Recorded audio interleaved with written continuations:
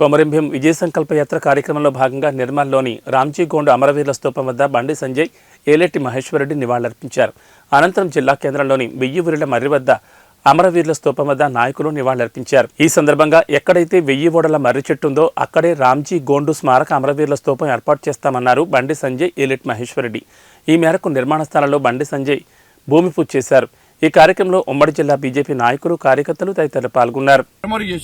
ఇలా వాస్తవ చరిత్రను సమాజం చూపెట్టాలని చెప్పి ఒక గురుతర బాధ్యతను ఇలా మహేశ్వరరెడ్డి గారికి అప్పేపారు కాబట్టి ఒక అడుగు ముందుకేసి అక్కడనే ఎక్కడ 1000 ఓడల మర్రి ఉందో అక్కడనే ఆ స్మారక స్తూపం కడతాం, ఆ స్మృతి వనాన్ని తయారు చేస్తాం, స్ఫూర్తి కేంద్రంగా తీర్చిదిద్దుతాం, రాబోయే తరాలకు ఈ చరిత్ర తెలిసే విధంగా మేము తీర్చిదిద్దుతామని చెప్పి ఇప్పుడే భూమి పూజ చేయడం జరిగింది.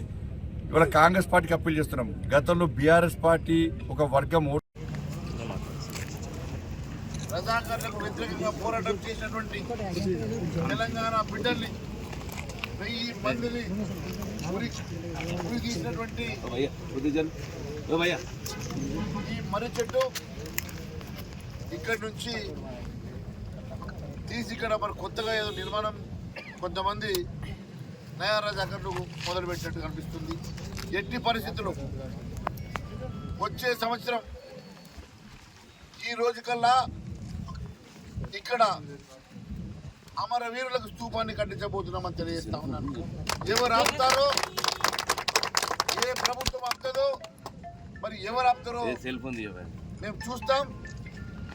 మా తెలంగాణ బిడ్డల్ని రజాకర్లకు వ్యతిరేకంగా పోరాటం చేసినటువంటి మా తెలంగాణ బిడ్డలు 1000 మందిని ఉరిదీసి 1000 ఊర్ల మర్రిగా చరిత్ర పుటల్లో ఉన్నటువంటి మర్రి చెట్టు ఆనవాళ్ళు లేకుండా చేసి ఆ మర్రి చెట్టును పూర్తిగా ధ్వంసం చేసి అక్కడ మరి ఇంద్రకరణ్ రెడ్డి ఇక్కడ ఒక సమాధి కట్టించాడంటే ఇంతకన్నా మూర్ఖత్వం ఇంకొకటి లేదు.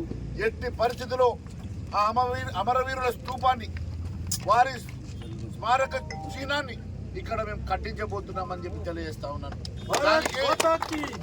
దానికి మా ప్రధాన కార్యదర్శి,